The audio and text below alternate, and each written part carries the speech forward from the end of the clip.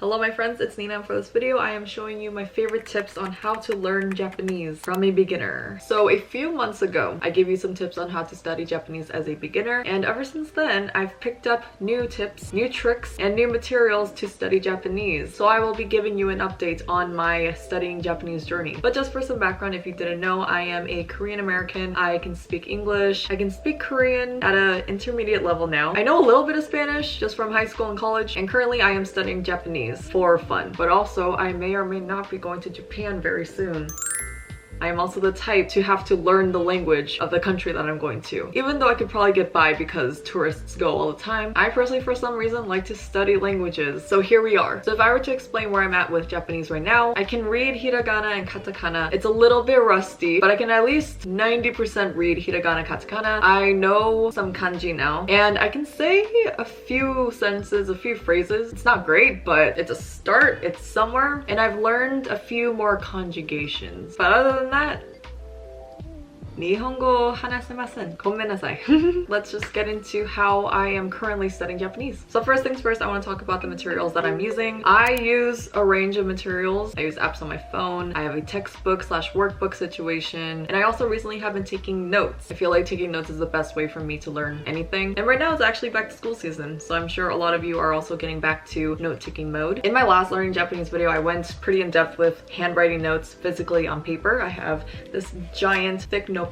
And as you know, I love to handwrite my notes, but to be honest, I feel like I've been more digital these days, especially because a lot of my career is either on a laptop or my iPad. Lately, I have been trying to change things up. I figured that I wanted to look more into digital note-taking, especially because when I was in college, I didn't do that. I either handwrote my notes in a physical notebook or I typed out my notes on my laptop, but I didn't use a tablet. Lately, I have been note-taking on a laptop with a keyboard on applications like my Notes app, on Notion, but it doesn't retain in my brain because when I type it out, I can even show you right now. For instance, I have this study Japanese page that I made on Notion. I even wrote my own notes here, color-coded, which was nice. But after a while, it just looks like a website page. It doesn't have that personal flair to it. I couldn't just write random notes or annotate it like I usually like to do when I take notes. So lately, I've been trying digital note-taking. And I finally opened my new iPad. I bought myself a new iPad Pro a few months ago. I just never got around to opening it, and it's just so beautiful. So this app is called Notability, and I made a Japanese subject here, but here is the first note in the Japanese subject. So you can play around with the options. We've got a highlighter, pencil, pen, and another special touch that I added to my iPad was a paper-like screen. And you probably couldn't even tell I had a screen on it. I laid a screen on my iPad, kind of like a screen protector, and it has a paper-like quality to it. So when you're taking notes, your pen's not slipping around everywhere. And also it's good friction for your finger as well. You can just glide your hand and it just feels nice. But if you're curious about this screen protector, it is actually from a brand called Paperlike, and they're also the kind sponsor of this video. So this screen protector that I have is from Paperlike, and it is their Paperlike 2.1. The previous product before that was Paperlike 2. Paperlike 2.1 offers improved visual clarity and also better overall visibility. It has the same papery feel and stroke resistance from Paperlike 2, but Paperlike 2.1 has new composite materials and better nanodots distribution. And the nanodots technology is what makes a screen feel like paper, and also ensures that the image you see is crisp and clear. I currently have Paperlike on my iPad Pro. This is the 12.9-inch version. Paperlike is also available for other models, and additional models are launching in the coming months. Another special thing about Paperlike is that right now it is back to school season. To celebrate back to school season from July 31st to September 17th, Paperlike's very own digital pro planner will get automatically added to your carts with a 100% discount for anyone that buys any hardware product on Paperlike's website. The Paperlike Digital Pro Planner is a beautiful, fully fledged planner based on their successful free digital planner. The Digital Pro Planner is a set of 10 different planners. Each of these are available in light and dark mode. You can open it up on Notability, on GoodNotes. I personally opened it up on Notability. You've got a month planner, and then you have individual days. So you can write down your schedule, top priorities, your to-do list, and it's just nice to have. You can figure out your study schedule, your school schedule, work schedule, anything. And there's also a goodie bundle as well. If you want free stickers or inserts to go with the planner, you can download them for free free with paperlike essentials, free back to school kits. You can use my link in the description to check paperlike out. Go get yourself the paperlike 2.1 screen protector, get yourself any other hardware product that you like. And again, to celebrate the back to school season from July 31st to September 17th, the Pro Planner will get automatically added to your carts with a 100% discount as long as you make a purchase for any hardware product on paperlike. Don't forget to use my link, and thank you paperlike for sponsoring this video. But another reason why I like to handwrite my notes versus typing out my notes, I realized, is that it just sticks to my brain better. Even in college, when I typed out my notes, I would do that just to get through the lecture faster. But when it came to studying, I always handwrote my notes anyway. My favorite technique when it came to studying was writing out my notes in a simplified way and then annotating on top of that. I feel like when I force myself to write out the Japanese, it sticks in my head a little bit better.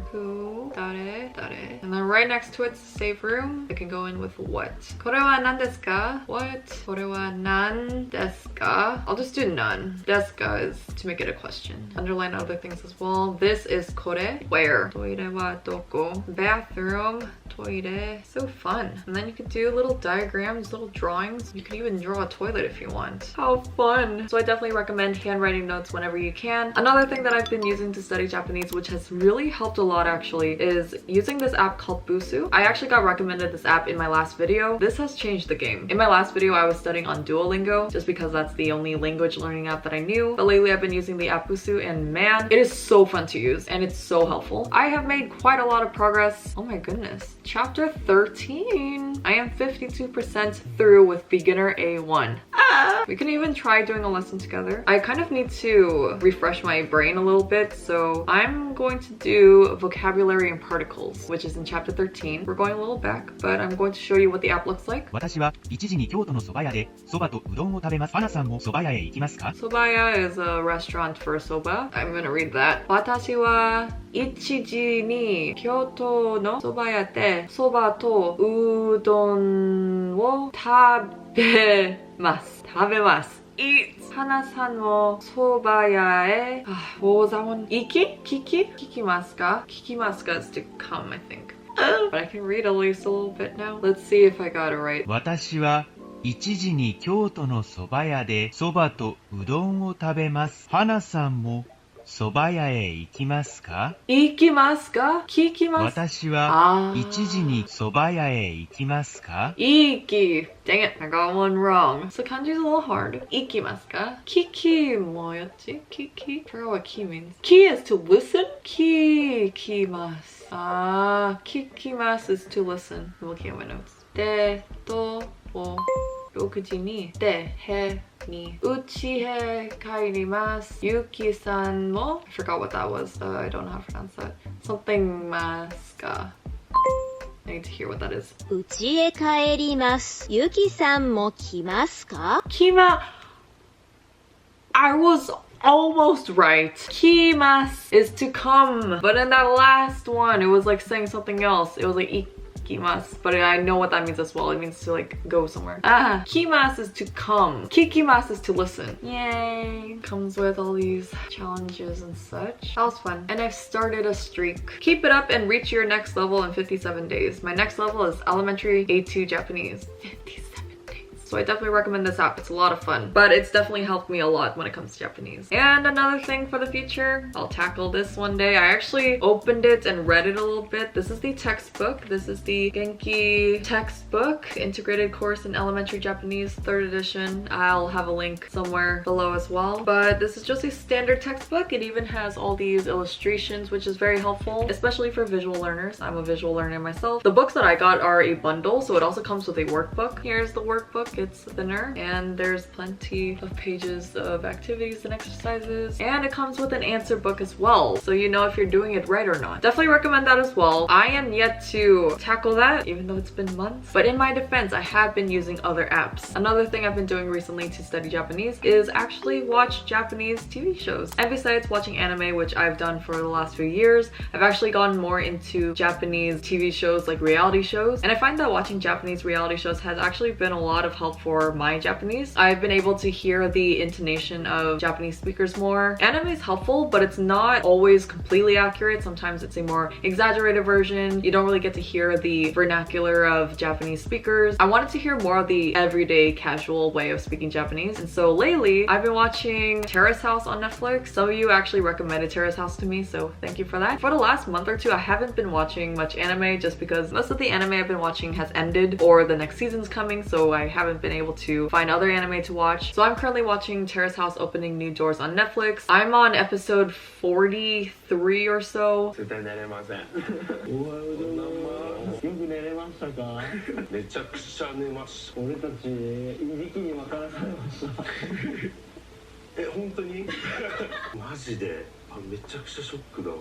It's been so nice hearing Japanese in a more everyday setting. I've been able to catch more filler words, slang, vernacular, just what you can to sound more like a natural speaker. So watching reality shows is always helpful. When it comes to Korean media, I love watching variety shows. You get to hear people unscripted, you get to hear their natural reactions, what they'll say in their everyday life. So I've been doing that lately with Japanese as well. Leave more recommendations of shows you like to watch. I also hope to get into Japanese drama, Japanese variety shows, things like that, so let me know. And along with Japanese visual media, audio media is great as well. I have a J-Tunes playlist on Spotify if you would like to check it out as well. Got a lot of my favorite artists. Most of it is anime openings and endings. But something else I also want to get into is writing lyrics of Japanese songs. So something I like to do is write out the lyrics on one side and then the translation in another. And it's a great way to practice your handwriting and also literally understand what you're listening to. I haven't exactly done that with Japanese yet. I did it a lot with Korean, but hopefully I will get into Japanese too. In fact, I can even try it right now. If it's too hard right now, just look up the translations and just read it for yourself. Maybe you'll recognize some words. Maybe you'll learn some new words. It's a great, easy way to start reading. I like Shinkai by Eve. Oh my god, it's one of my favorite songs. Lyrics. Oh, I love just having everything on my tablet. So here are the lyrics. Frickin', let's try reading it. Oh, this one. Oh, I've seen that before. I forgot this one. Something else we can do. Copy. And another app that I like to use, Papago. Papago is a translating app. I use it for Korean. I use it for Japanese. There's probably other apps out there. Let me know if you have some, but Papago is my go-to. Paste. Waiting. If there's ever a time you need to translate something, feel free to use a translating app. Monai you na furi o shita zukashi something ni demo wakateru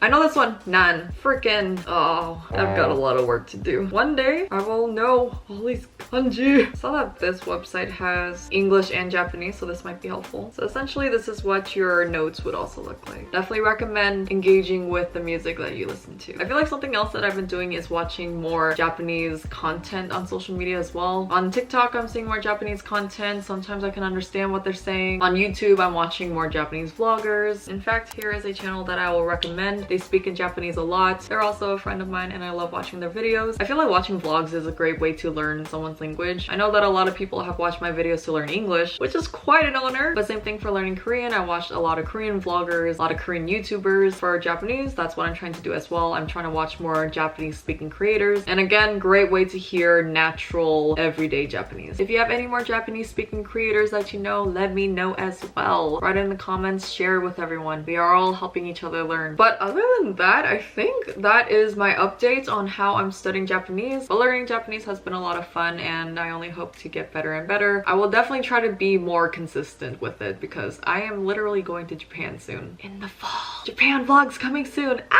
But I hope you found these extra tips useful. Feel free to leave any of your tips as well. And again, if you're interested in digital note-taking yourself or you're a student and it's back to school season, definitely get your hands on a paperlike screen protector. So clean, but also gives you that smooth paperlike material. And with your paperlike 2.1 purchase or any other purchase of a hardware product on paperlike throughout this back to school season from July 31st to September 17, Paperlike's digital pro planner will also be added to your carts with a 100% discount. And on top of that, if you want free stickers or inserts to go with the planner, you can can download them for free with Paperlike Essentials free back to school kits. Make sure to use my link in the description to get your hands on this back to school special. Thank you again to Paperlike for sponsoring this video, and thank you for watching this video. Let me know how your studies are going, and hopefully I can also update you in a few months. One day Nina will leave the beginner stage, I swear. Thank you so much for watching, and I will see you in my next video. Goodbye, my friends.